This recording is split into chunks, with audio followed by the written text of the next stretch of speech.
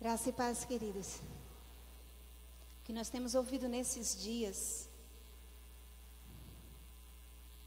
de que somos a tão esperada noiva que o Senhor gosta, quer encontrar uma noiva preparada, uma noiva santa. E nós estamos nos preparando para um dia nos encontrarmos com Ele.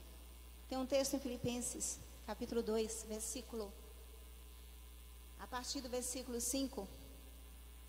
Eu vou ler todo, porque senão ele vai ficar sem sentido. A partir do 5 diz: tende em vós o mesmo sentido que houve também em Cristo Jesus, pois ele, subsistindo em forma de Deus, não julgou como usurpação o ser igual a Deus. Antes, a si mesmo se esvaziou, assumindo a forma de servo, tornando-se em semelhança de homens e reconhecido em figura humana. A si mesmo se humilhou, tornando-se obediente até a morte e morte de cruz. E eu vou chamar a atenção para o versículo 9, 10 e 11. Pelo que também Deus o exaltou sobremaneira, e lhe deu o nome que está acima de todo nome, para que ao nome de Jesus, e isso um dia nós veremos, se dobre todo o joelho, nos céus, na terra e debaixo da terra, e toda língua confesse que Jesus Cristo é o Senhor, para a glória de Deus Pai. Amém? Você crê que um dia você verá todas as nações, toda a terra, se dobrando aos pés do Senhor Jesus? Eu creio nisso. Um dia nós veremos. Aleluia.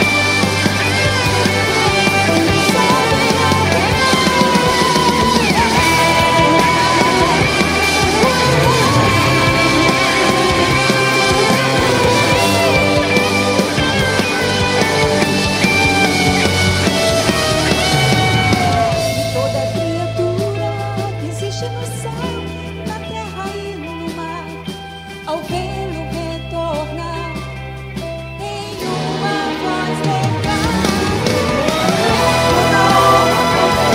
glória seja dada ao poder por toda a terra.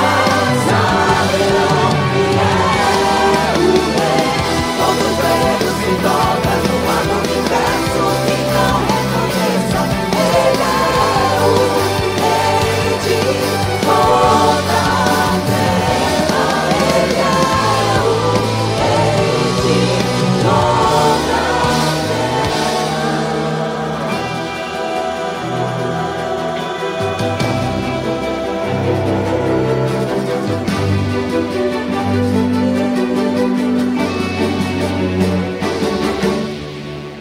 Amém, amém, glória a Deus.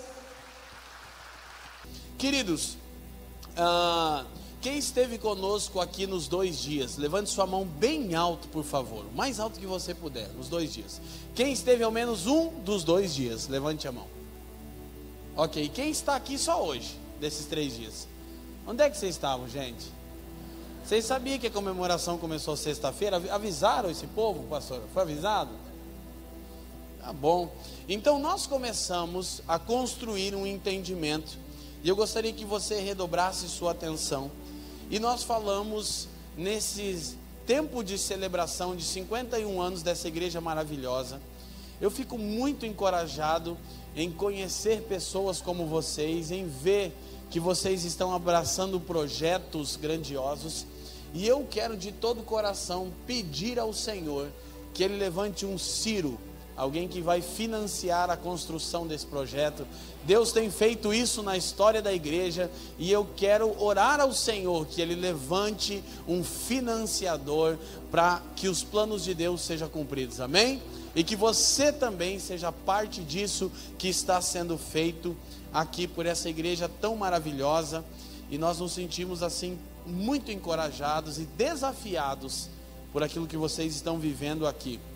Queridos, então nesses 3 dias nós começamos a falar a respeito da natureza, vida e vocação da igreja. Digam comigo: natureza, vida e vocação da igreja. Na sexta-feira nós falamos sobre a natureza da igreja. Se você não esteve aqui, você tem a palavra gravada no canal do YouTube da Igreja Batista Central aqui de Feira. Falamos sobre a natureza da igreja, que é se tornar uma com Cristo. No sábado, ontem, nós falamos a respeito da vida da igreja. Quem foi edificado ontem aqui?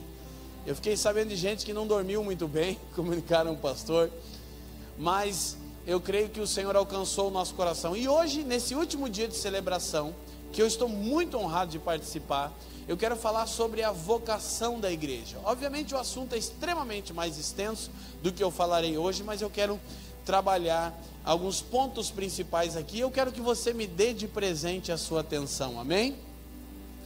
Nós entendemos por vocação, por chamamento, aquilo que nós somos comissionados a fazer. Mas eu quero falar que a vocação da igreja é a respeito daquilo que ela precisa se tornar, e não apenas daquilo que ela precisa fazer. O que nós fazemos precisa ser resultado daquilo que nós estamos nos tornando. Deixa eu te falar isso rapidamente antes de abrir alguns textos. Nessa introdução, nós temos confundido a nossa missão com o nosso destino. 2 questões importantes são: primeira, qual é o destino da igreja? Segundo, qual é a missão da igreja? E nós costumeiramente confundimos missão com destino. Ouça isso: nós estamos fazendo da nossa missão o nosso destino. O que eu quero dizer com isso?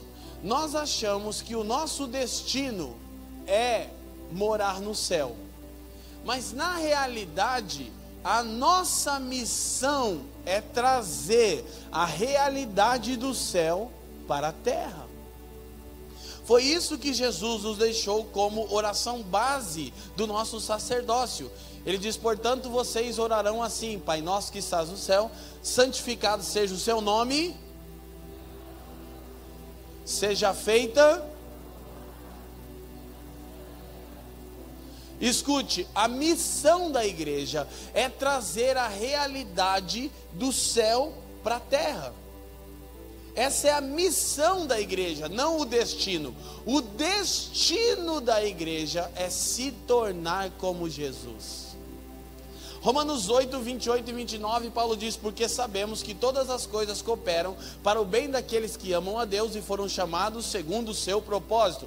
Verso 29, Paulo diz: porque os que de antemão conheceu, também os predestinou para serem feitos conforme a imagem de seu Filho, a fim de que Jesus seja o primogênito de uma nova raça. Ouça-me, e esse pode ser um assunto de um possível retorno para falarmos um pouco a respeito de vocação e escatologia. O destino da igreja é se tornar como Jesus. A missão da igreja é trazer toda a realidade do céu para a terra. Então, isso resumiria a vocação. Por isso eu disse e repito: a vocação da igreja é mais sobre aquilo que ela precisa se tornar do que sobre aquilo que ela precisa fazer. Enquanto nós fazemos, nós estamos nos tornando semelhante a Jesus. Amém, irmãos? Então, para isso, a vocação da igreja é tanto crer quanto anunciar o evangelho. Diga comigo: a vocação da igreja é tanto crer quanto anunciar o evangelho. Agora é exatamente isso que eu quero fazer hoje. Eu quero pregar o evangelho. E eu vou mostrar algumas coisas para vocês. Mas primeiro eu quero orar ao Senhor, pedindo que Ele nos dê sabedoria e revelação. Amém? Você tem fome da palavra aqui hoje? Feche os seus olhos, curva a sua cabeça, por favor. Pai, te damos graças uma vez mais por essa noite singular e especial. Pai, muito obrigado por pastor Jadson, sua família, por esse time incrível de pastores que estão dando a sua vida pela causa do Cristo, pela edificação e maturidade da sua igreja.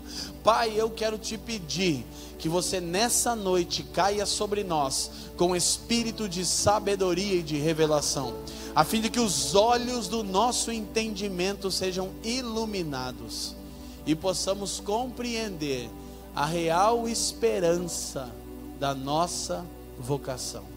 Que nenhuma palavra se perca aqui, mas que tudo seja proveitoso para a nossa edificação. Cativa o nosso entendimento e o leva à obediência de Cristo. Pai, que a sua palavra seja como uma espada de dois gumes e ela seja apta para discernir as intenções do coração humano. Oramos no precioso nome do seu Filho Jesus, e quem crê diga amém. Queridos, presta bastante atenção, a fim de que você não perca e nem interprete de maneira equivocada algumas coisas que eu vou falar na introdução. Primeiro, nem tudo que a Bíblia ensina é o Evangelho. Calma, respira. Mas todo ensinamento bíblico é um desdobramento do Evangelho. Eu estou convencido de uma coisa, pastor Jadson. Ontem eu disse isso. De acordo com o último censo do IBGE, 50 milhões de pessoas no Brasil dizem ser evangélicas. Para cada 4 brasileiros, 1 já é evangélico. Agora, a pergunta é: por que a conta não fecha? Que conta não fecha, Leandro? Como podem haver 50 milhões de pessoas no Brasil que dizem ter a natureza de Cristo e esse país ser tão corrupto, caótico e desigual? Eu não quero trazer uma palavra de desencorajamento, eu só quero que encaremos a realidade. A realidade não é um ponto final, mas esse é o nosso fato agora. Queridos, como pode haver 50 milhões de evangélicos no Brasil e você não ver o resultado do evangelho? Simples, são razões óbvias. Primeiro, olhe para mim, nós trabalhamos isso desde sexta. Primeiro, a maior parte desse número de 50 milhões não nasceu de novo. Pastor Jadson, ontem eu disse que Jesus disse assim: porventura, achará fé na terra o Filho do Homem em sua vinda? Então é uma pergunta retórica, né? A resposta é implícita. Vai ser difícil encontrar fé no fim dos tempos. Mas você olha para os templos, como hoje a Batista Central aqui, abarrotado de pessoas, e você pensa, não, mas a fé está aumentando. Não, o que está aumentando no Brasil é a crença. Crença é a expectativa que você tem que Deus fará o que você deseja. Isso está aumentando. Fé é o conhecimento que você tem de Deus para fazer o que Ele deseja. Você tem crença ou fé? Sabe o que está aumentando? A crença. A expectativa das pessoas em que Deus fará o que elas desejam. Mas fé é conhecimento de Deus para fazer o que Ele deseja. Então eu tenho profunda convicção, por andar toda a nação, pela bondade do Senhor, que as pessoas, a maior parte desse número não nasceu de novo. E nos próximos anos a gente vai descobrir uma coisa. Isso já é uma realidade, mas vai aumentar. Um dos maiores campos missionários do Brasil hoje chama-se Igreja Evangélica. Pensa num lugar que precisa ouvir o Evangelho. É a Igreja Evangélica do Brasil. Por quê? Porque as pessoas estão fundamentadas em suas próprias crenças e não em fé. Não houve novo nascimento na maioria dos casos. E quando houve, não há desenvolvimento da salvação. Quem estava aqui e entendeu isso ontem, diga sim. Nós falamos sobre entender a escatologia da nossa soteriologia, o objetivo da obra salvífica de Deus. E nós aprendemos isso e crescemos nisso na eclesiologia, na vida da igreja. Quem foi abençoado ontem? Quem foi desafiado? Quem saiu feliz e triste ao mesmo tempo? Então escute, queridos, e por ter percebido isso, pastor, eu estou me inclinando a pregar o Evangelho. Por quê? Porque não está havendo novo nascimento, e quando não há desenvolvimento da salvação, porque nós não pregamos o Evangelho. Eu disse e eu vou repetir, nem tudo aquilo que a Bíblia ensina é o Evangelho, mas todo ensinamento bíblico é um desdobramento do Evangelho. Qual é o problema? É que nós costumeiramente vamos do ensino bíblico para abordar as pessoas e não do Evangelho. Escute, o Evangelho é uma coisa só. E o que é o Evangelho? Uma boa notícia a respeito de como fomos salvos.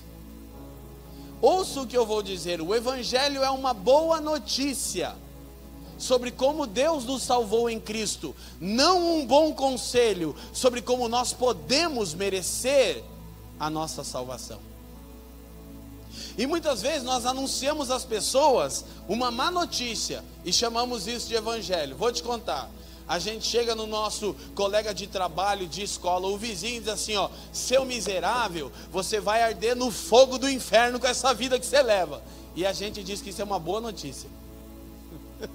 E eu estou te dando uma boa notícia. O que eu devo fazer? Não faça isso, não faça aquilo, não. Ensinos bíblicos. Mas sabe qual é o problema? É que a gente não dá a boa notícia. A gente não conta que Jesus já resolveu o problema do pecado de todo aquele que crê. E a pessoa diz, eu queria essa vida que você está dizendo, eu só não sei como alcançar isso. Nem tudo que a Bíblia ensina é o Evangelho, porque o Evangelho é uma coisa só, uma boa notícia a respeito de como Deus nos salvou. Escute, o Evangelho é uma boa notícia, não um bom conselho. E muitas vezes nós pregamos mais bons conselhos do que damos essa boa notícia. E Paulo diz em Romanos 1,16 que o Evangelho é o poder de Deus para a redenção de todo aquele que crê. Por isso hoje eu vou pregar o Evangelho. E você sabe o que vai acontecer hoje? Pessoas serão salvas aqui.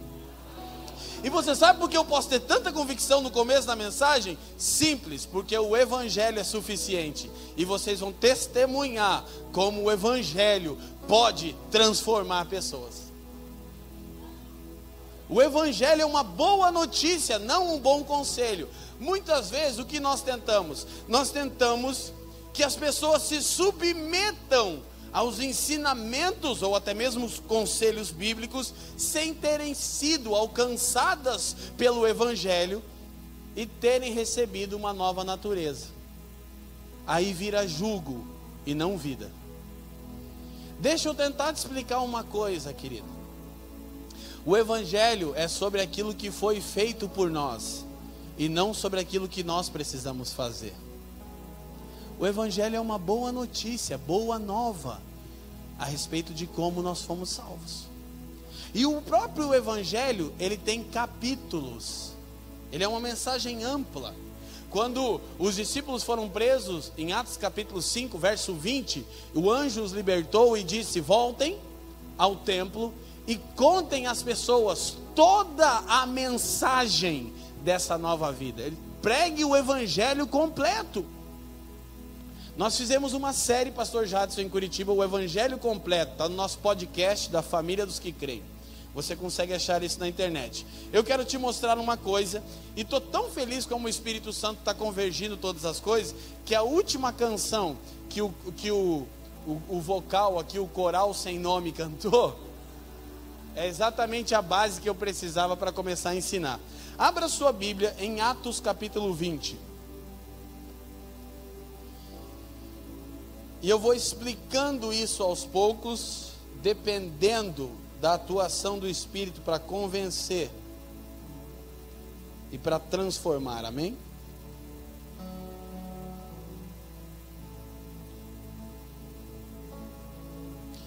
Sabe qual é o problema enquanto você abre sua Bíblia, Atos 20, 24?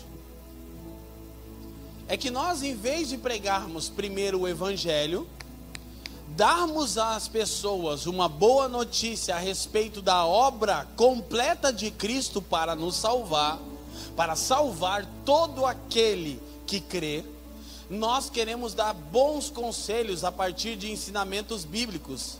E isso não transforma as pessoas, sabe por quê? Porque é impossível discipular alguém que a palavra não converteu.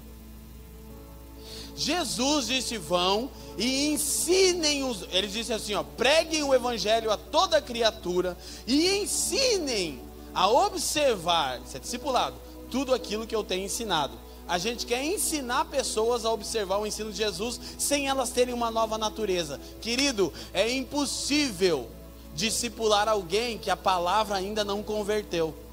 Primeiro, nós precisamos pregar o evangelho, dar uma boa notícia.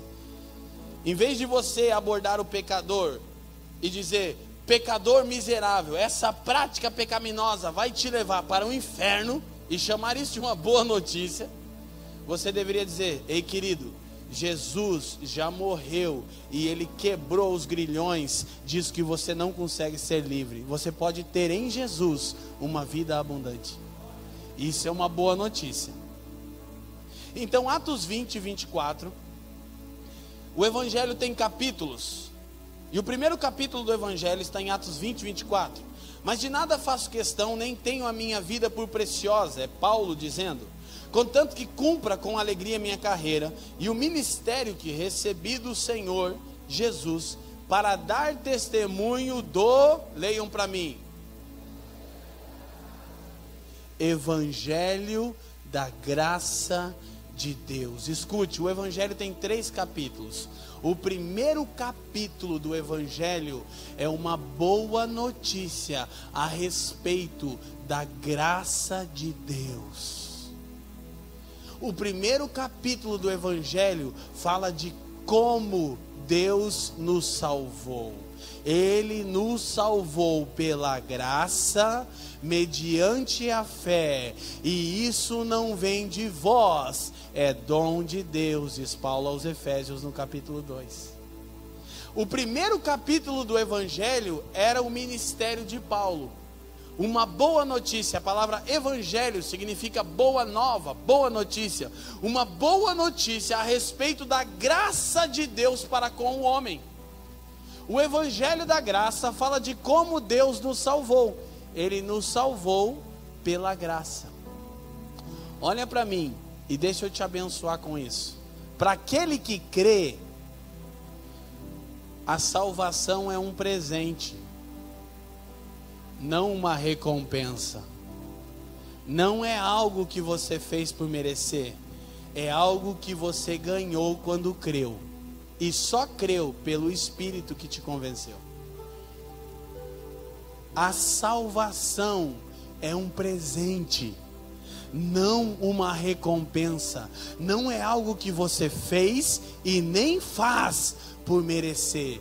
É algo que você ganhou mediante a graça. Essa é a boa notícia a respeito do Evangelho. O primeiro capítulo do Evangelho. Uma boa notícia sobre a graça de Deus. Deus nos salvou porque Ele é gracioso e não porque merecíamos. Sabe o que o Evangelho da Graça faz? Ele resolve o problema que nós temos quando nos aproximamos de Deus. Isso está muito claro na parábola de Lucas 15, quando Jesus fala sobre um pai que tinha 2 filhos, versículo 11 em diante. Você conhece a história? A gente chama de a parábola do filho pródigo, mas a parábola não é sobre o filho, a parábola é sobre o pai, e ambos os filhos são pródigos. Fala das 2 formas que o homem se relaciona com Deus. O primeiro, o filho mais novo, se relaciona com Deus por causa da culpa. O mais velho se relaciona com Deus por causa do mérito. O mais novo acha que não merece nada. O mais velho acha que o pai está devendo alguma coisa a ele. O Evangelho da Graça soluciona isso. Sabe por quê? Porque o mais novo diz: pai, eu já não sou mais digno de ser chamado teu filho. Lucas 15, 19. Trata-me como um dos teus escravos. Sabe por que ele estava se sentindo assim? Porque ele havia pecado. Então ele pensa: agora eu pequei, eu não sou mais digno. O que está implícito nisso? Ele era igual ao irmão mais velho dele. Quando ele fazia certinho, ele achava que ele era merecedor. Mas sabe, o Evangelho da Graça resolve isso. Por quê? Porque em Romanos 5, 8, Paulo diz assim: mas Deus prova. Sabe por que prova? Porque a gente tem dúvida. Deus prova o seu amor para conosco. Porque Cristo morreu por nós quando ainda éramos pecadores. Sabe o que o Evangelho da Graça faz com você? Ele te liberta do medo de não ser aceito por causa do pecado que você cometeu. Aí você está salvo. Eu quero tentar fugir de um tema delicado, mas é quase impossível. Mas só gente bem entendida vai entender. A gente precisa desenvolver a nossa salvação. Ontem eu falei sobre isso, Filipenses 2:12. Só que é difícil desenvolver a salvação quando a gente perde ela toda semana. Quando a gente faz certinho, a gente ganha. Quando a gente erra, a gente perde. Aí nós não conseguimos crescer na natureza de Jesus em nós, porque a gente vive perdendo essa natureza. Então o que nós estamos revelando? Que nós somos os nossos próprios Messias e não Cristo. Se quando você acerta, você está salvo, e quando você erra, você vai para o inferno, então não foi Jesus que te salvou, é você mesmo que se salva. Quem está me entendendo? Então por isso Paulo diz: Deus prova o seu amor para conosco, porque Cristo morreu por nós quando ainda éramos pecadores. Sabe do que isso nos liberta? Do medo de não sermos aceitos quando pecamos, mesmo depois de estarmos em Cristo. Por quê? Porque quando Ele te aceitou, você já era um pecador. É graça e não mérito. É presente e não recompensa. Não é algo que você fez ou faz por merecer. É algo que você recebeu mediante a graça. E que você precisa sim desenvolver até a medida da estatura completa de Jesus. Jamais o Evangelho da Graça vai fazer alguém se entregar ao pecado. Se alguém escuta a mensagem sobre a certeza da obra salvífica de Cristo e vai se entregar ao pecado, então você não nasceu de novo, porque o nascido de Deus não vive na prática do pecado. Então escute, primeiro, o Evangelho da Graça me livra do medo de não ser aceito. Por quê? Porque Cristo morreu por mim quando eu já era um pecador. Segundo, o Evangelho da Graça me livra da mentalidade do irmão mais velho, de achar que Deus me deve algo porque eu mereço. Por quê? Porque Cristo morreu por mim quando eu era um pecador. Eu sou livre do medo e do orgulho. pelo Evangelho da Graça. Esse é o primeiro capítulo do Evangelho, eu vou falar sobre ele hoje, mas eu quero mostrar os 3 capítulos do Evangelho. Então, primeiro capítulo do Evangelho, uma boa notícia a respeito da graça de Deus. Isso fala de como Deus nos salvou. Vou insistir com você, querido, a salvação é um presente, não uma recompensa. Sua parte é crer. Ponto final. Lucas 4, por favor, 43.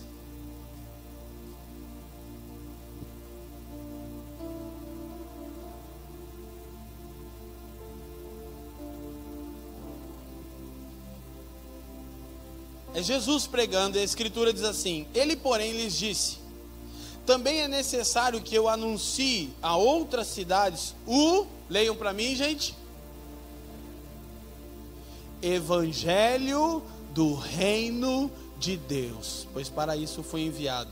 Segundo capítulo do Evangelho, o Evangelho do reino. O Evangelho da graça fala de como Deus nos salvou. Foi graça, favor que não merecíamos. O Evangelho do reino fala por que Deus nos salvou. Escute: para devolver ao homem a sua posição original de domínio sobre todas as coisas. Não mais ser dominado e subjugado, mas dominar e subjugar. Quando Deus criou o homem, Deus disse: domine ele sobre todas as coisas. O Evangelho da graça, escute, restaura a nossa condição. Ele nos troca da morte para a vida. Não tem como ser meio salvo. Ou você vive ou você está morto. O Evangelho da graça restaura a nossa condição diante de Deus. Estávamos mortos e agora vivemos em Cristo. O Evangelho do reino restaura a nossa posição. Estávamos subjugados e dominados pelo pecado e por todas as coisas. Agora, em Cristo, estamos assentados com Ele nos lugares celestiais e exercemos autoridade sobre tudo. O Evangelho da graça, como Deus nos salvou. O Evangelho do reino, porque Deus nos salvou, para devolver a nós a condição de reinarmos em vida, diz Paulo aos Romanos. Você está reinando em vida. Sabe qual é o problema? É que nós cremos em partes do Evangelho e não no Evangelho completo.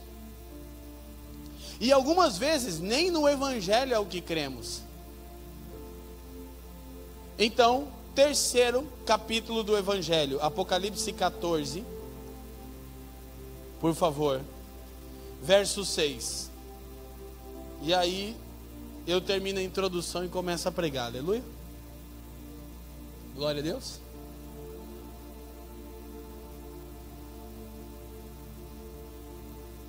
No canal Família dos que Creem, no YouTube você tem a série nossa, o Evangelho completo. Você pode ouvir, ou no podcast, Spotify, está em tudo, irmão, aleluia. Apocalipse capítulo 14, versículo 6. Quem encontrou, diga assim. Se você não tem uma Bíblia, procura um crente do seu lado e leia com ele, aleluia. E viu outro anjo voar pelo meio do céu, e tinha leiam para mim, queridos, mais uma vez, tinha o Evangelho eterno, para proclamar aos que habitam sobre a terra, e a toda nação, tribo, língua e povo. Terceiro e último capítulo do Evangelho, o Evangelho eterno. O Evangelho eterno fala do que Deus salvou. Escute, Evangelho da graça, como Deus salvou. Pela graça mediante a fé. Evangelho do reino, por que Deus salvou? Para devolver ao homem a capacidade de reinar em vida, assentados com Cristo nos lugares celestiais. Evangelho eterno, o que Deus salvou? Deus não salvou apenas o homem, Deus salvou o cosmos, todo o universo foi salvo e será redimido em Jesus. Efésios 1:10 e Colossenses 1:20 explicam isso. Então o que nós precisamos entender? A mensagem completa do Evangelho. Como, por quê E o que Deus salvou? Deus salvou pela graça, Deus salvou para devolver o governo, Deus salvou o homem e toda a criação, porque tudo que Deus fez é bom e nada que Deus fez será descartável, amém? Toda a criação está sendo salva. Agora, eu quero entrar de uma maneira específica no primeiro capítulo do Evangelho. Então, reitero, o que é o Evangelho? Uma boa notícia a respeito de como nós fomos salvos. Não é algo que fazemos, mas algo que foi feito por nós e que nós devemos responder. Qual é a minha parte e a sua a respeito dessa boa notícia? Crer, se entregar e desfrutar. Jesus disse: eu vim para que tenham vida e a tenham com abundância. Você tem tido vida abundante? Você sabe o que é vida abundante? É quando a vida de Deus transborda de você sobre as pessoas que vivem ao seu redor.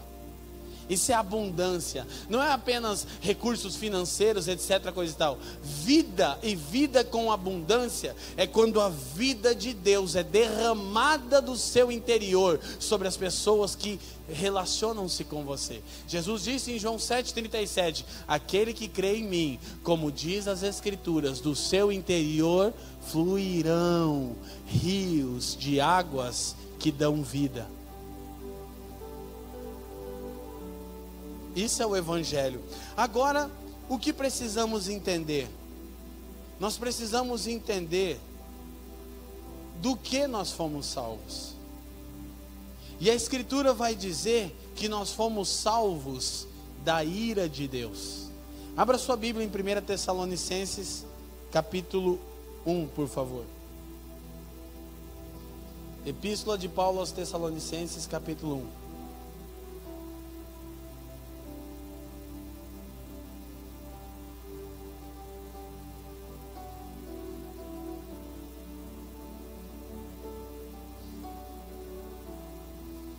Quem encontrou, diga assim, queridos.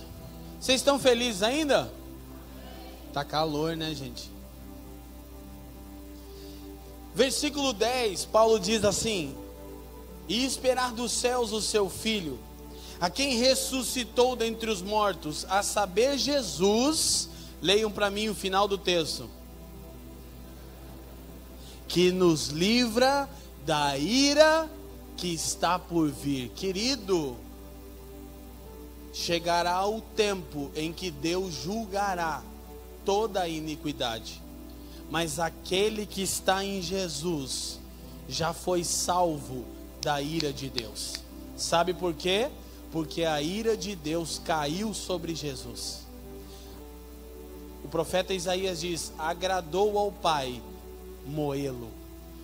Escute, uma boa notícia para você.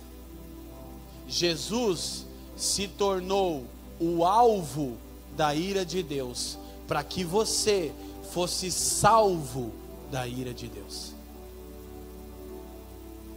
Isso é o Evangelho. Jesus se tornou o alvo para que você fosse salvo da ira de Deus. A ira de Deus caiu sobre o Messias. Portanto, todo aquele que está em Jesus já foi salvo da ira que está por vir. Você está feliz com essa boa notícia? E se você quer ter uma ideia da ira de Deus, leia Apocalipse. Aí você constrói um entendimento assim em Apocalipse. Cada selo, trombeta ou taça que é aberto, tocado ou derramado, você descobre que ali nasceu a expressão: nada é tão ruim que não possa piorar. Mas vou repetir: fomos salvos da ira futura, porque estamos em Jesus. Jesus se tornou o alvo da ira de Deus para que você fosse salvo dela. Já não há condenação para aqueles que estão em Cristo Jesus. Romanos 8:1. Assim, um processo de santificação e de renovação de mente, discipulado, como temos falado aqui. Agora, o que eu quero que você perceba: os efeitos da queda. Portanto, abra sua Bíblia em Gênesis capítulo 3. Muitos irmãos pelo Brasil todo dizem que eu prego de Gênesis a Apocalipse. Eu acho que faz sentido. Sabe por que eu gosto de fazer assim? Porque eu me inclino sempre a mostrar aos irmãos que aquilo que eu estou ensinando é uma doutrina bíblica encontrada em todas as Escrituras e não num texto isolado. Porque quem usa um texto fora do contexto cria um pretexto e desvia as pessoas do caminho. Mas eu quero que você veja por toda a Bíblia o Evangelho. Gênesis capítulo 3. Quem encontrou, diga assim. Vamos ver os efeitos da queda. Versículo 8. E ouviram a voz do Senhor Deus que passeava no jardim pela viração do dia. E esconderam-se o homem e sua mulher da presença do Senhor Deus entre as árvores do jardim. 9. E chamou o Senhor Deus ao homem e disse-lhe: onde estás? Escuta, olha para mim. Chamado não é ide, é volta para o lugar de onde você nunca deveria ter saído, a presença do Senhor. É a primeira vez que Deus chama um homem, princípio de primeira menção. Deus não manda o homem fazer nada, Ele chama o homem para voltar à sua presença. Chamado não é vai, é volta para a presença do Senhor, amém? Hoje Ele está chamando alguns de nós. Então verso 10 diz assim: e Ele disse, ouvi a tua voz soar no jardim e tive medo. Diga comigo, medo. E porque estava nu, diga nu, escondi-me. E disse Deus, quem te mostrou que estavas nu? Comeste tu da árvore que te ordenei que não comesses? Verso 12. E ele então respondeu, a mulher que me destes por companheira, ela me deu da árvore e comi. Próximo, versículo 17. E a Adão disse, porquanto deste ouvidos à voz da tua mulher e comeste da árvore de que te ordenei, dizendo, não comerás dela, maldita é a terra por tua causa. Com dores comerás dela todos os dias da tua vida. Espinhos e cardos também te produzirá, e comerás a erva do campo. Querido, presta atenção. Esse é o efeito completo da queda. Lembra o que eu disse sobre o Evangelho? O Evangelho da graça, como Deus salvou. O Evangelho do reino, porque Deus salvou. O Evangelho eterno, o que Deus salvou. Qual foi o efeito do pecado? A quebra da comunhão do homem com Deus, do homem com o próximo e do homem com a criação. Sabe o que o Evangelho faz? Restaura a comunhão do homem com Deus, do homem com o próximo e do homem com a criação. Por isso a sua Bíblia chega a dizer em Isaías, que na vinda do Senhor, no Monte Santo do Senhor, uma criança brincará na toca de um animal selvagem, sem que o animal faça mal à criança. Sabe por quê? Porque a criação está gemendo, diz Paulo em Romanos 8, não para ser abandonada, mas para ser redimida, porque ela está sujeita a uma escravidão, não por vontade própria, mas por causa do homem que a sujeitou. Deus está salvando o homem e Deus vai salvar toda a criação. Isso é o Evangelho eterno. Por isso, você tem que entender que tudo que você faz é o Evangelho, e não só o que você faz domingo à noite. Que você não tem um trabalho secular, porque a palavra secular vem de século, aion, era. Você não pode ser santo no domingo e você pertencer a essa era na segunda-feira. Você precisa entender que Deus te salvou e te plantou numa área de influência para você redimir essa área com o poder do Evangelho. Tudo que você faz é 100% espiritual. Por quê? Porque você é espiritual. Nós temos que parar de fragmentar o Evangelho. Esse é um problema do gnosticismo, um assunto para outra hora. Mas preste atenção. Gênesis 3 nos mostra o primeiro efeito da queda. Primeiro efeito da queda: o homem foi separado psicologicamente de si mesmo. O que é isso? O homem, um ser integral, espírito, alma e corpo. Sabe o que o pecado fez? Separou o homem da sua psique. O primeiro efeito da queda é vergonha e medo. Vergonha de si mesmo. Sabe o que aconteceu com o homem? Ele disse: quando eu ouvi a sua voz, eu me escondi, senti vergonha. E depois eu tive medo. Eu senti vergonha porque estava nu e tive medo de não ser aceito. Esse é o efeito do pecado. O homem foi separado da sua psique. É como se a alma do homem, olha aqui, o homem aqui, é como se a alma do homem fizesse isso aqui. Saísse dele, olhasse para ele e dissesse: credo, você é horrível. Por isso o salmista diz: aquieta-te, ó minha alma. Deixa eu te explicar uma coisa sobre o Evangelho. A sua salvação é tripartida. Seu espírito foi salvo no dia que Jesus te achou. A isso a Bíblia chama de novo nascimento.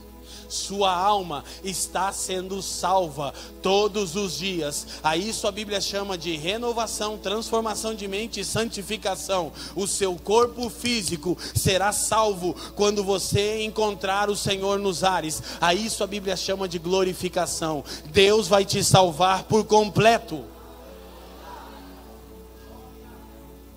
Agora, o que precisamos entender? O homem foi separado psicologicamente de si mesmo. Sua psique foi separada dele. É por isso que você lida constantemente com a vergonha. Você lembra quando os espias chegaram em Canaã? E eles voltaram trazendo o relatório para Moisés. Você lembra o que eles disseram? Eles ficaram aqui, ó, só de mocó, observando a terra, né? Ninguém viu eles. Aí eles: ai, gigante, meu Jesus querido, tem gigante, ninguém falou que tinha gigante. Aí quando voltaram, Moisés disse: e aí, como é que é a terra? Ele falou: ó, essa terra é complicada, ela é tudo isso que Deus falou, mana, leite e mel, essa coisa incrível. Só que tem uma coisa. Moisés falou: que coisa tem? Tem gigante lá. E Moisés disse: e aí? E aí que nós éramos aos nossos próprios olhos. Eles dizem, fugiu a expressão que eles usam? Como gafanhotos. Éramos aos nossos próprios, não foram os gigantes, nem viram os espias.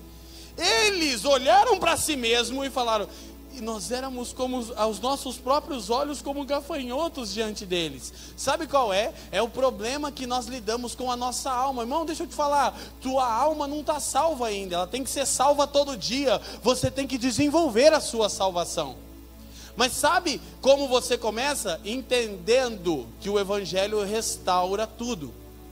A primeira coisa, o primeiro efeito da queda, diga comigo: vergonha e medo. Segundo efeito da queda, o homem foi separado socialmente do seu próximo.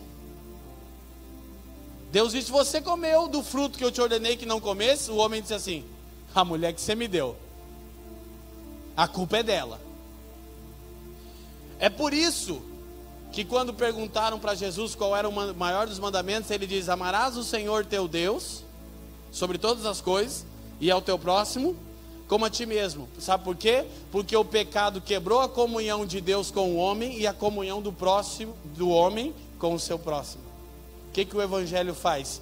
Ele restaura a minha comunhão com Deus. Ele desfaz a vergonha e o medo. E por isso eu posso ter comunhão plena com o próximo.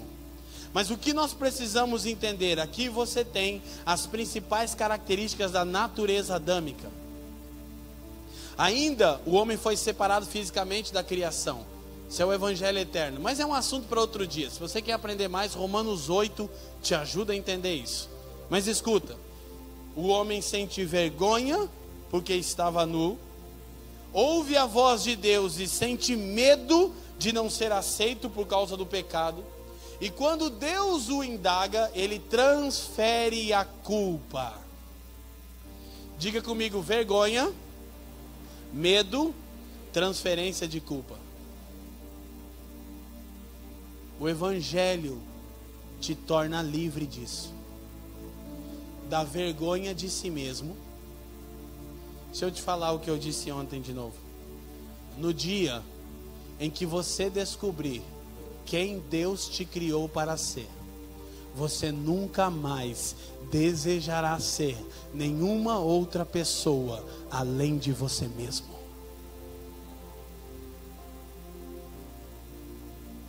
você precisa entender que você é um ser singular que reflete uma porção da imagem de Deus.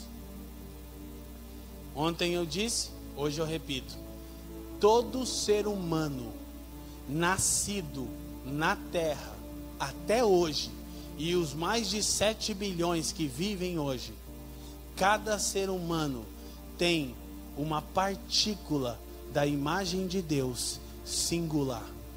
Você sabe por que são bilhões e bilhões de seres humanos na história da terra?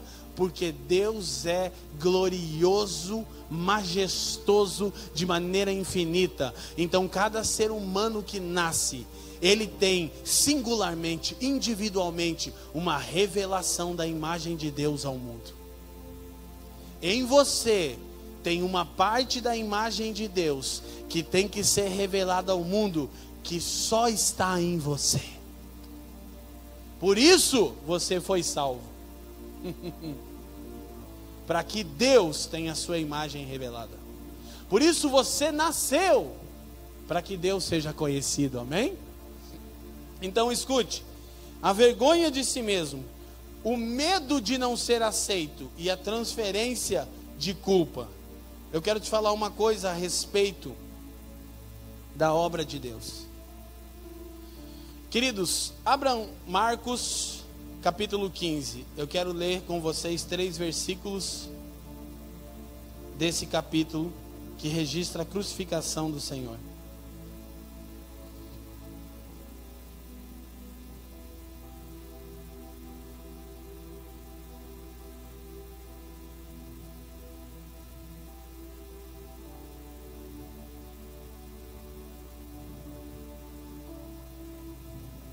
Marcos capítulo 15.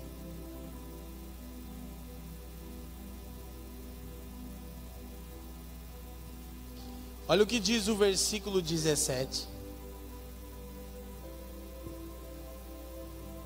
E vestiram-no de púrpura, e tecendo uma coroa de espinhos, lhe puseram na cabeça. Verso 20. E havendo escarnecido, despiram-lhe a púrpura, tiraram a púrpura, e o vestiram com as suas próprias vestes, e o levaram para fora, a fim de crucificá-lo. Verso 24. E havendo-o crucificado, repartiram as suas vestes, lançando sobre elas sortes, para saber o que cada um levaria. Agora olha o que diz o versículo 31. E da mesma maneira, não, o 29, só para você ver direito. E os que passavam blasfemavam dele, maneando as suas cabeças e dizendo: ah, tu que derrubas o templo em 3 dias e o edificas, salva-te a ti mesmo e desce da cruz. E da mesma maneira também os principais sacerdotes com os escribas diziam uns para os outros, zombando: salvou os outros e não pode salvar a si mesmo. 34. E a hora 9 Jesus exclamou com grande voz dizendo: Eloi, Eloi, lama sabachthani, que traduzido é: Deus meu, por que você me deixou? Agora escute, preste atenção. Essa é a boa notícia sobre o Evangelho. O homem sentiu vergonha de si mesmo porque foi achado nu. Sabe o que acontece com a gente quando o nosso pecado é exposto? Nos sentimos nu. Você sente como: agora as pessoas sabem como eu sou. Agora sabem que eu não sou tudo aquilo que eu tentava transparecer. Se você não creu no Evangelho, você tem vergonha. A próxima coisa que você sente quando seu pecado é exposto, a partir da vergonha, por estar nu diante de todos, é medo de não ser aceito. E quando isso cai sobre você, você transfere a responsabilidade para alguém e diz: é o pastor que... é essa igreja que... não, é a minha família, é que o meu pai me deixou, é que... a herança adâmica: vergonha, medo, transferência de culpa. Escuta como Jesus nos salvou. Sabe por que eu li esses textos com vocês? Eu gostaria que todos os irmãos aqui, todos, até mesmo os diáconos, fechassem os olhos um pouquinho. Feche os seus olhos. Agora eu queria que você trouxesse à sua mente a imagem de Jesus crucificado no Gólgota. São 3 cruzes, direita e esquerda são ladrões, no centro está o Senhor. Olhe para o Senhor crucificado agora.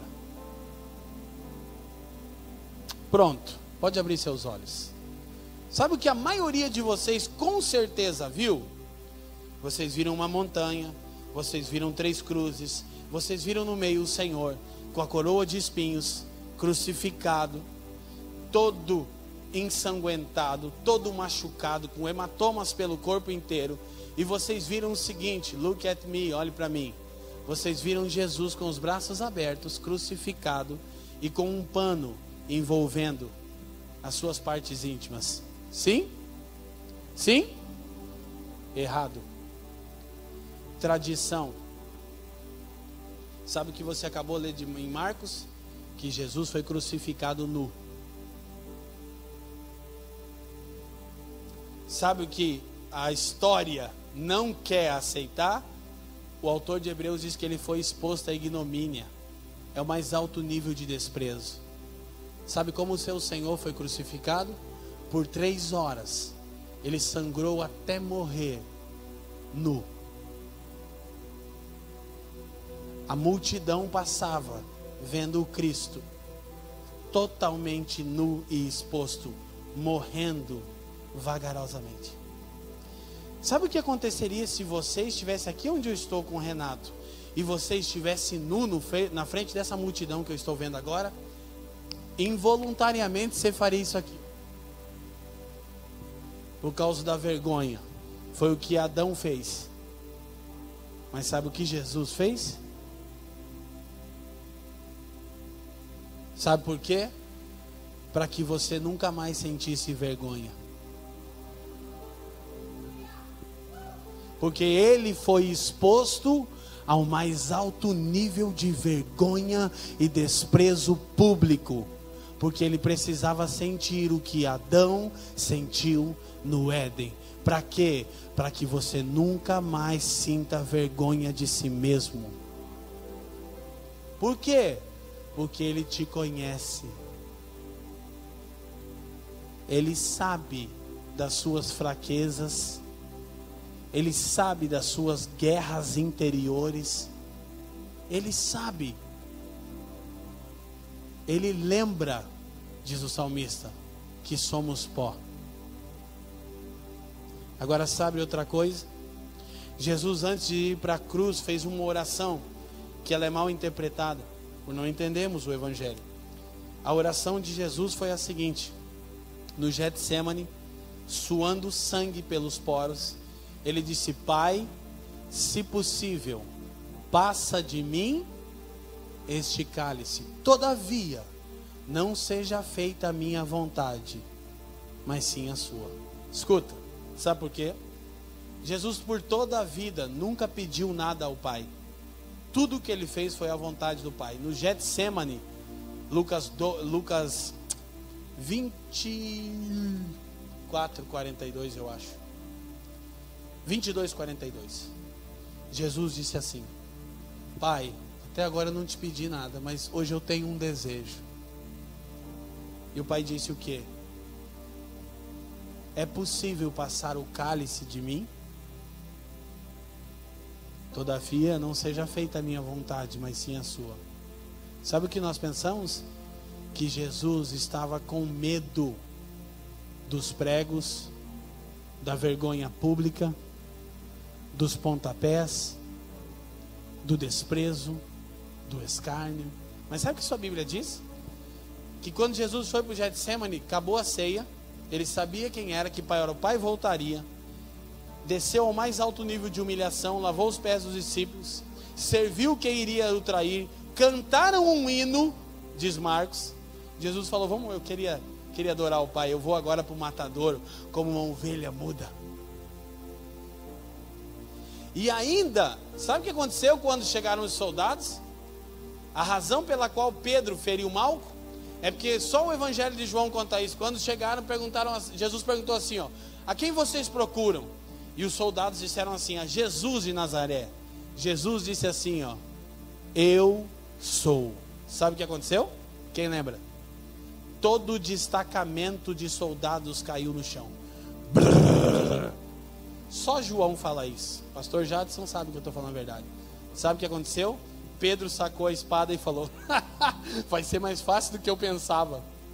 Sim, exatamente isso.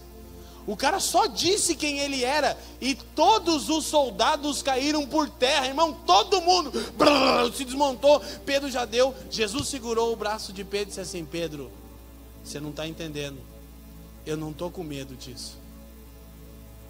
Pedro, ao meu comando, ele disse assim, ó: 12 legiões de anjos. Você sabe quanto era uma legião? 6.000 soldados romanos. Sabe o que Jesus estava dizendo? Pedro, 96.000 seres angelicais estão aqui aguardando um comando. Não, você não faz ideia. Você não sabe o que estava acontecendo lá. Ele disse: Miguel, Gabriel, 96.000 anjos estão aqui. Sabe o que ele estava dizendo? Pedro, eu não preciso de ajuda, ninguém tira a minha vida, eu estou a entregando.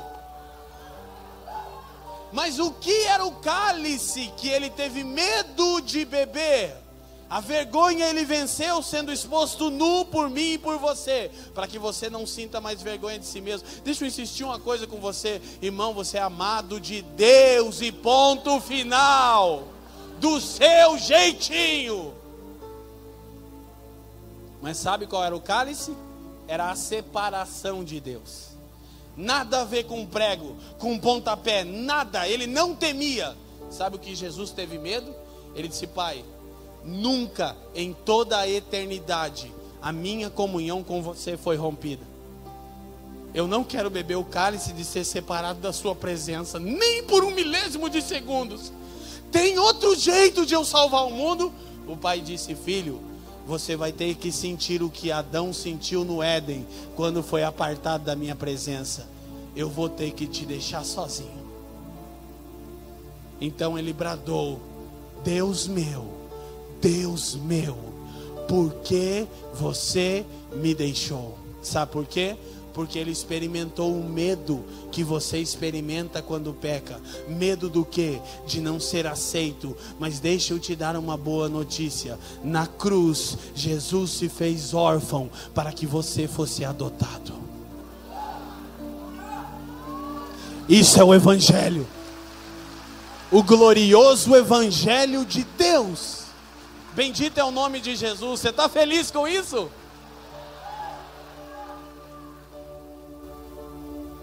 Eu lembro da minha avózinha cantando: foi na cruz, foi na cruz. Quem lembra desse hino? Meus pecados castigados.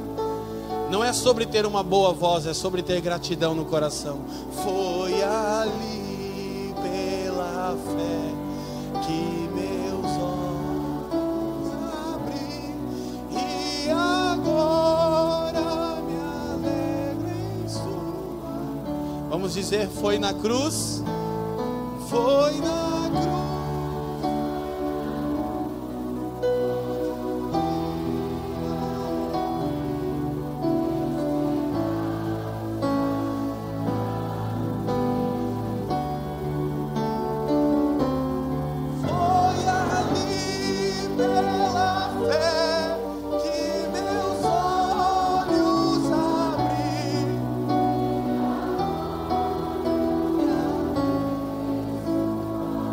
Ó quão cego andei, ó quão cego andei e perdido vaguei.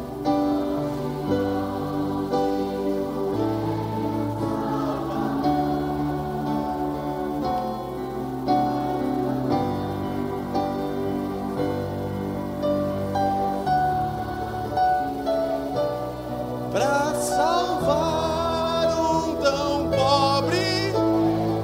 foi na cruz, enche o seu pulmão de ar. Foi na cruz.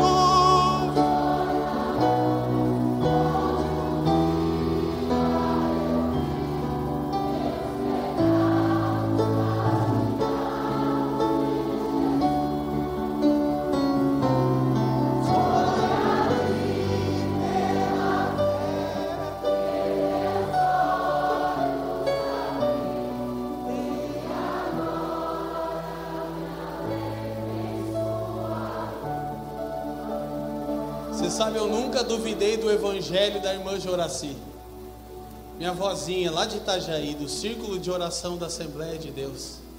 Sabe por quê? Porque eu tenho uma imagem, quando eu era um dependente químico, dela cantando com a Bíblia aberta, me falando de Jesus, e as lágrimas escorriam no rosto dela. Eu pensava, Senhor, ela sabe alguma coisa que eu não sei. Deixa eu te falar de novo. Jesus foi exposto nu para que você não sentisse mais vergonha de si mesmo. Jesus suportou o medo da separação para que Paulo dissesse: nem a morte, nem a vida, nem os anjos, nem principados, nem essa era, nem a era por vir, nem a nudez, nem a fome, nem a espada, nem a tribulação, nada pode nos separar do amor de Deus que está em Cristo Jesus. Bendito é o nome de Jesus.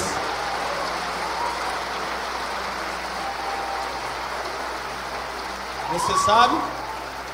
Jesus disse que quem muito foi perdoado, mais ama. Você sabe? Eu há 17 anos atrás era um dependente químico usando crack dentro de uma valeta. Quando eu falo do evangelho, irmão, falar que notícia maravilhosa que alguém me deu.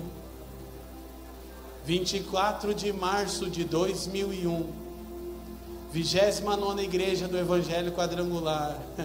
Eu entendi essa notícia. Eu nunca mais fui o mesmo. Eu não sinto mais vergonha de mim mesmo, porque Ele me amou quando eu ainda era pecador e foi exposto nu por mim.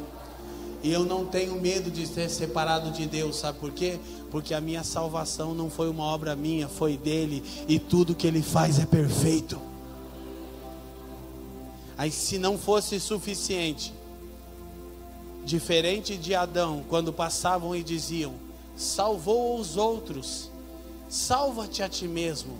Jesus disse assim: Pai, perdoa-lhes, eles não sabem o que dizem, a culpa é minha. Adão disse: a mulher que você me deu.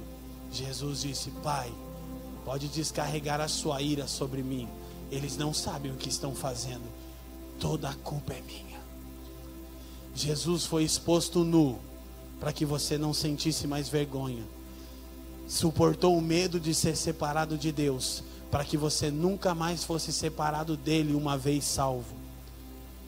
Jesus assumiu a culpa para que você nunca mais sinta-se condenado pelo pecado. Isso é uma boa notícia. Quem está feliz com isso? Então, queridos, para a gente terminar, eu quero Efésios capítulo 1. Jesus querido, quem me dá 10 minutos para terminar, levante sua mão bem alto, por favor. 10, 20, 30, 40, 50. Espera aí na galeria. 60, 70. Povo crente. Efésios capítulo 1. Você está feliz, irmão? A vocação da igreja é crer no evangelho que transforma ela à semelhança de Jesus e contar essa boa notícia às outras pessoas. Coloca a mão no seu coração e diz assim: a minha salvação é um presente, não uma recompensa. Não é algo que eu fiz para merecer, é algo que eu ganhei. E Deus nunca faz nada errado.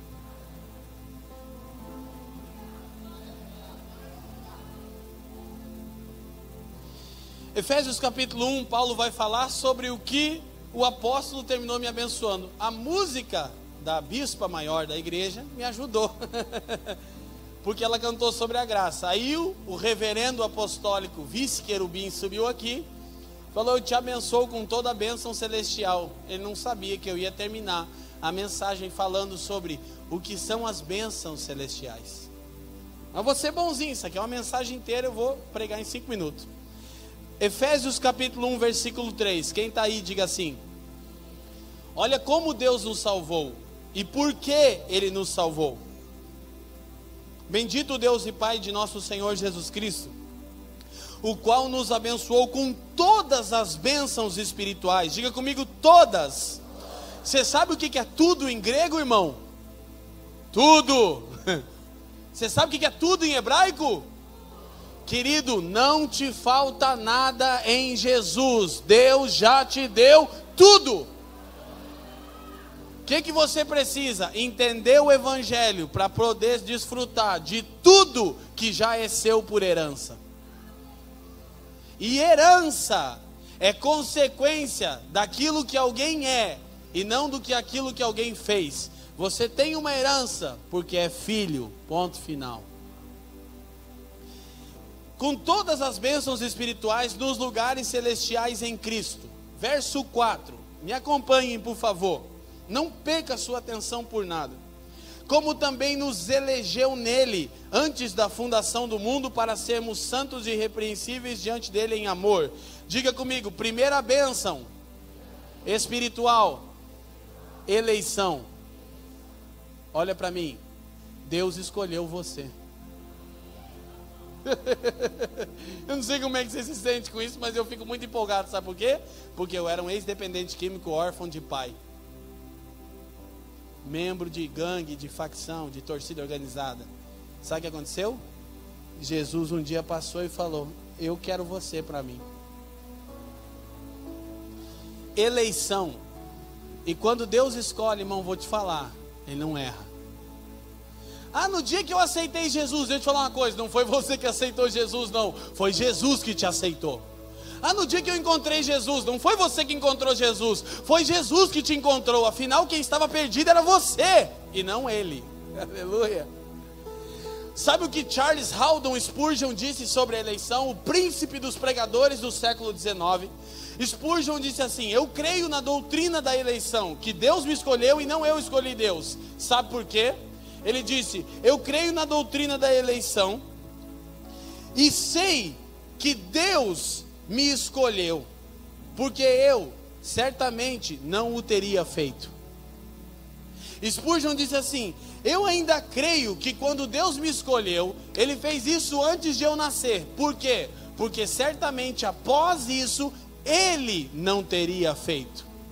E Spurgeon terminou e disse assim: e eu tenho plena convicção que Deus me escolheu por motivos desconhecidos para mim, porque eu nunca encontrei em mim razão alguma para ser tão amado assim. É por isso que eu creio que Ele me escolheu, porque eu nunca achei em mim um motivo para ser tão amado assim. Primeira bênção espiritual, eleição. Segunda, a gente vai correr, versículo 5. E nos predestinou para filhos de adoção. Diga comigo, adoção. Olha outra boa notícia do Evangelho: o Pai te adotou. E agora o espírito de rejeição não tem mais força sobre você, porque você foi adotado, adotada por Deus. E não importa a sua história, você não é mais órfão, você foi adotado. E o espírito de adoção quebra agora sobre você, em nome de Jesus, toda a rejeição. Ah, mas as pessoas não gostam de mim. Não importa, Deus te adotou. Ele te segue no Instagram, irmão, aleluia. Fica feliz. Então, eleição, adoção. Versículo 7. Em quem temos a redenção, digam comigo, redenção, pelo seu sangue, a remissão das ofensas, segundo as riquezas da sua graça. Paulo diz que Deus é rico em misericórdia em Romanos, e diz que Ele é rico em graça. Deixa eu te falar uma boa coisa: Deus é multimilionário em misericórdia e graça. Ele pode dar o quanto você precisa, não irá fazer falta a Ele. Por isso Jeremias diz: as misericórdias do Senhor são novas a cada manhã. Eu não sei de você, mas eu preciso todo dia de muita graça e de muita misericórdia. Agora, diga comigo, redenção. A redenção é o pagamento da dívida. Isso significa redenção. Sabe qual é a boa notícia? Você não precisa mais sentir-se culpado. Jesus já pagou sua dívida. A eleição te livra da necessidade de ser escolhido pelos homens. A adoção te livra do espírito de rejeição e de orfandade. A redenção tira o fardo da culpa, porque Jesus assumiu a culpa no meu e no seu lugar. Você é livre em Jesus. Agora deixa eu te falar, essas 3 declarações resumem a doutrina da graça, como cantamos aqui com o coral. E como entender a graça? Olha que coisa incrível, só tem um jeito. Só tem um jeito. E eu vou terminar desse jeito. Para você entender a graça, você tem que entender a lei. Como é que é isso, Leandro? Vou te falar. Na lei, quando um pecador, presta atenção nisso, isso vai mudar a sua vida. Por que você está falando, Leandro? Não, é porque é o Evangelho. e eu não me envergonho do Evangelho, porque ele é o poder de Deus para a transformação de todo aquele que crê. Deixa eu te falar uma coisa. Como entender a graça? Somente entendendo a lei. Na lei, quando um pecador, contristado pelo seu pecado, procurava arrependimento e aceitação, sabe o que ele fazia, gente? Ele ia até o sumo sacerdote com um cordeiro. Escuta isso. Ele chegava diante do sumo sacerdote, que representava Deus. Jesus é o nosso sumo sacerdote. E ele oferecia o cordeiro ao sumo sacerdote. O sumo sacerdote pegava o cordeiro do pecador contristado e arrependido, fazia isso aqui, ó. O que ele está fazendo? O que ele está fazendo? O sumo sacerdote examinava o cordeiro. Escuta. Se o cordeiro fosse perfeito, o pecador era aceito e o pecado perdoado. Escuta, escuta. O sacerdote examinava o cordeiro, não o pecador.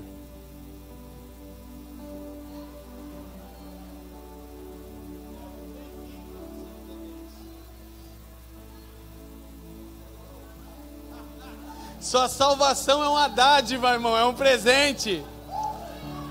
Você não está me entendendo ainda, irmão? O sacerdote examinava o cordeiro, a condição do cordeiro. Se o cordeiro fosse perfeito, o pecador era perdoado e aceito de volta. Ele não examinava o pecador, ele examinava o cordeiro. Por isso João Batista disse em João 1:29: eis aí o cordeiro de Deus que tira o pecado do mundo. Bendito é o cordeiro de Deus. Eu quero chamar o time de adoração aqui.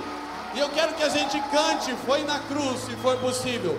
Escuta, olha para mim, é uma noite de salvação, porque essa é a vocação da igreja. Dar uma boa notícia a respeito da graça de Deus. Olha para mim. Leandro, mas eu não sou perfeito. Mas o Cordeiro de Deus é. Mas eu sou tão falho. Mas o Cordeiro de Deus é perfeito. Mas hoje mesmo eu pequei. Mas o Cordeiro de Deus é perfeito. Feche os seus olhos aí fora, na galeria, aqui embaixo. Feche os seus olhos um pouco. Eu queria que todo o time ficasse agora num espírito de intercessão. A vocação da igreja é crer no Evangelho que a transforma à semelhança da natureza de Jesus, e é anunciar o Evangelho, a boa notícia de que Deus nos salvou mediante a graça.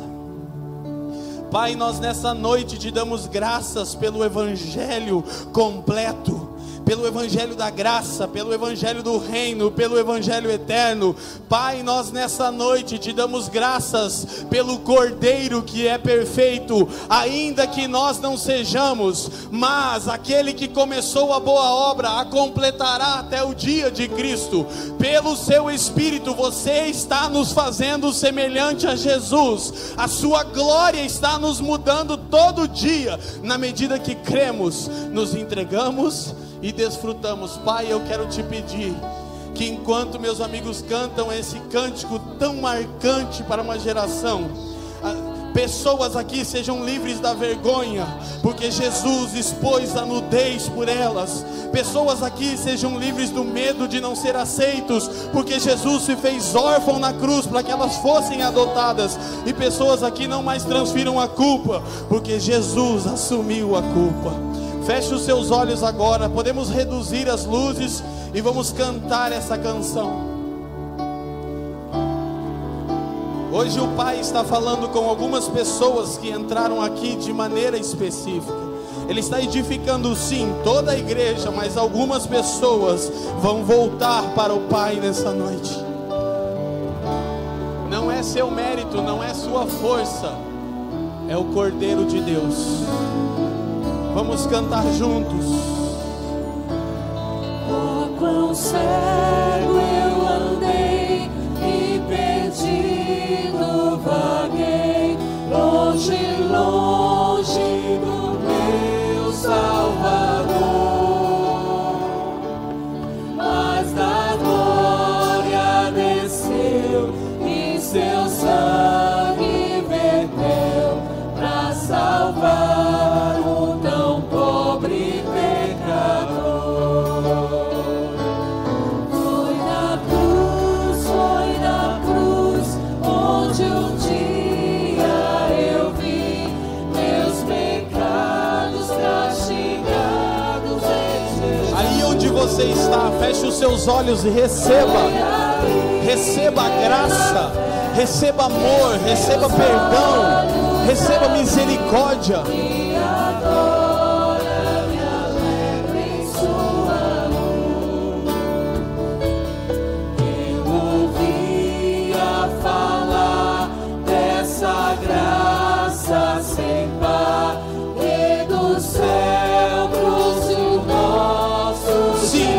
Incomparável, mas eu surdo me fiz, converter-me não quis, ao Senhor que por mim morreu. Vamos de todo o coração dizer: foi na cruz, onde um dia eu vi meus pecados castigados. Foi ali pela fé que meus olhos abri, e agora me alegro em sua luz. Jesus já está salvando. Feche os seus olhos agora aí onde você está, por favor. Pai, o Evangelho é o seu poder para a salvação de todo aquele que crê, não de todo aquele que merece. É de todo aquele que crê. E nessa noite eu peço, pelo seu Espírito, gere fé no coração daqueles que precisam. Se você sabe que essa palavra foi para você, que você nunca entendeu o Evangelho como hoje, que um peso foi tirado de você, se você está sentindo o amor de Deus, o quebrantamento, a graça de Deus te alcançando, aí onde você está sentado, levante uma das suas mãos, eu quero orar por você. Se você falar, é para mim essa palavra, hoje Deus falou comigo, eu sei. Levante a sua mão onde você estiver, bem alto, você diz: eu quero confessar Jesus e crer no Evangelho completo, em todo o Evangelho. Levante sua mão bem alto. Pai, olha para os seus filhos e filhas agora com as mãos levantadas, Senhor. É verdade que eles não são perfeitos, mas o seu Cordeiro entregue por eles é santo, imaculado. Foi dado para que eles tivessem vida, e eles estão aqui porque você os trouxe aqui hoje, Senhor. Hoje o Evangelho foi exposto com uma clareza por causa do seu Espírito. Gera vida e salvação. Você que levantou a sua mão, eu quero te pedir, vem aqui na frente. Não tenha vergonha. Você já levantou a mão, sai de onde você estiver. Na galeria são várias pessoas. Os diáconos, ajudem esses irmãos a virem aqui. Dê espaço para todo mundo. Não tenha vergonha. Jesus já foi exposto nu por você. Você não precisa mais sentir vergonha dos homens. Não importa o que as pessoas pensam, Jesus te salvou. Você que levantou sua mão, vem cá na frente. Vem cá na frente, por favor.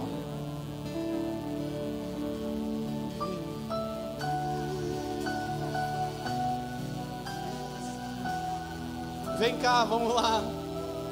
Essa é a vocação da igreja.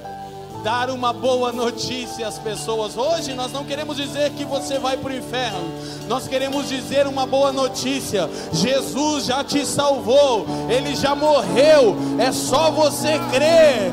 Já está feito.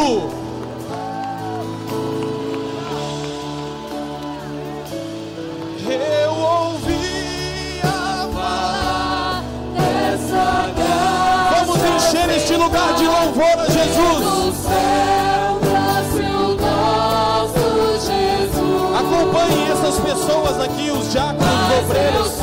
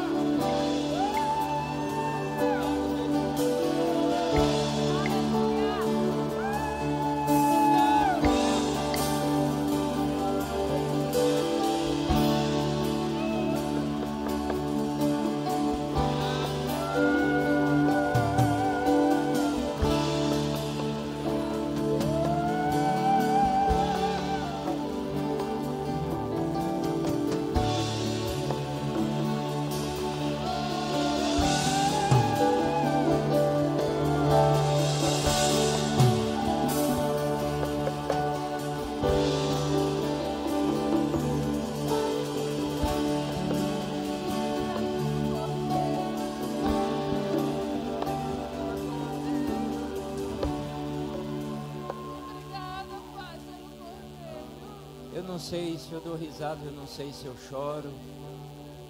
Eu estou todo misturado aqui.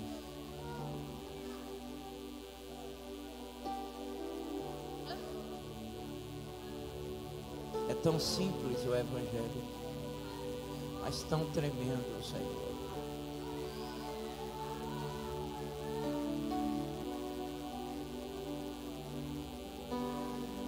Eu confesso que não dá vontade de sair.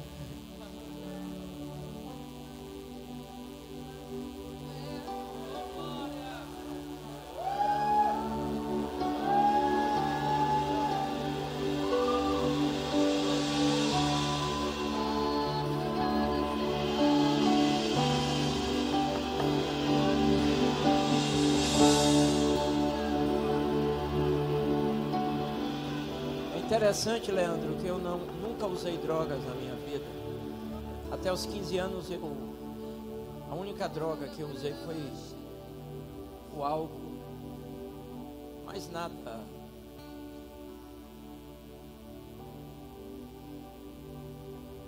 Mesmo assim, não encontro nada em mim que tenha valido a pena Ele me escolher.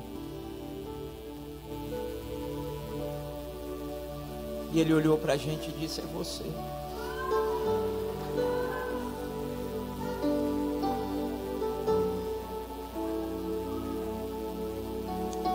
nunca mais você se esqueça. Você pode ser imperfeito, mas o Cordeiro é perfeito.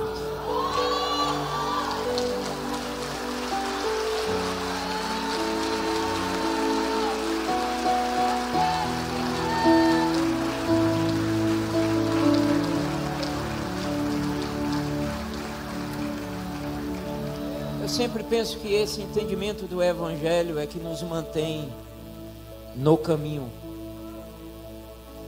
com perdas, decepções e outras coisas. Infelizmente, muita bobagem em nome do Evangelho tem sido propagada nessa busca pelo ter aqui, que se perderam lá do capítulo de Efésios, dessas bênçãos já reservadas, já conquistadas para nós. Eu quero dizer para você que veio à frente hoje, não permita que essa semente seja roubada da tua vida, porque o Cristo pregado hoje, nesta noite, nesse lugar, é exatamente isso que foi pregado. E você verá muito mais. E você verá muito mais. Muito mais. Nós vamos orar. Eu gostaria que vocês que vieram à frente acompanhassem o pastor Samuel. Esse aqui. Os diáconos, por favor, podem. Lá, pastor Samuel vai orar com vocês, vai orientar vocês.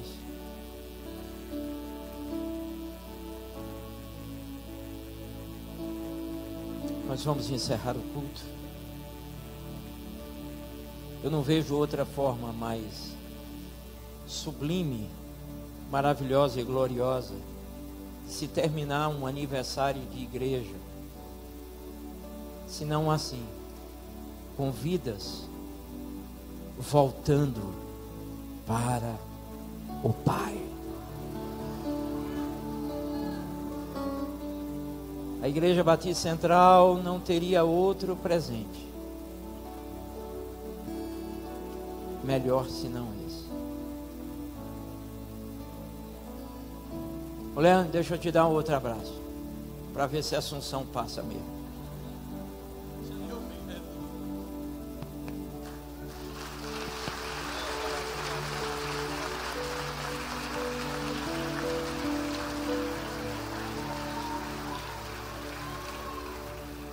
A Igreja Batista Central resta-nos carregar essa consciência de que aonde estivermos, nós somos cidadãos do reino. Nós fomos escolhidos. Isso não pode se perder em hipótese alguma. Minha irmã Fran, meu irmão Leandro, mais uma vez, muito obrigado de todo o coração pela vida de vocês aqui conosco. Muito obrigado, muito obrigado, muito obrigado. Deus abençoe mais e mais o ministério de vocês, a vida de vocês, a caminhada de vocês. Que o Senhor guarde vocês e livre vocês de todo mal, de todo embaraço. Não vale encantamento contra a vida de vocês. Não serão atingidos por nenhuma seta diabólica. Mente, alma e espírito protegidos pelo Senhor em nome de Jesus. O que vocês semearam aqui, que vocês recebam 100 vezes mais. 100 vezes mais. É por isso que Deus tem uma coisa com cada um. Realmente você não pode ficar centrado só na igreja local, tem que espalhar mesmo. Você foi uma bênção, vocês foram uma bênção para a gente aqui. Eu espero que outras oportunidades tenhamos. Quando a ligação bater lá, a agenda tem um espaço pelo menos na... Eu quero mais uma vez agradecer a todos os irmãos que cooperaram, abençoaram desde sexta-feira, com a arrumação do café, com a arrumação da igreja, com a recepção, com tudo que aconteceu. Irmãos, muito obrigado. Muito obrigado. Prossigamos nessa caminhada, conhecendo o Senhor, o Rei da Glória, porque ainda tem muita coisa tremenda para ser revelada. Que o amor do Pai, que a graça poderosa de Cristo Jesus, esse Cristo amado que tomou a nossa vergonha, que levou a nossa culpa, e a comunhão e as consolações do Espírito Santo que anda conosco, que nos ajuda no caminho, seja conosco, seja com a nossa família, e seja com todo o povo de Deus espalhado na face da terra, agora e para sempre. Amém e amém. Deus te abençoe. Vá em paz e uma semana de vitória na presença do Senhor.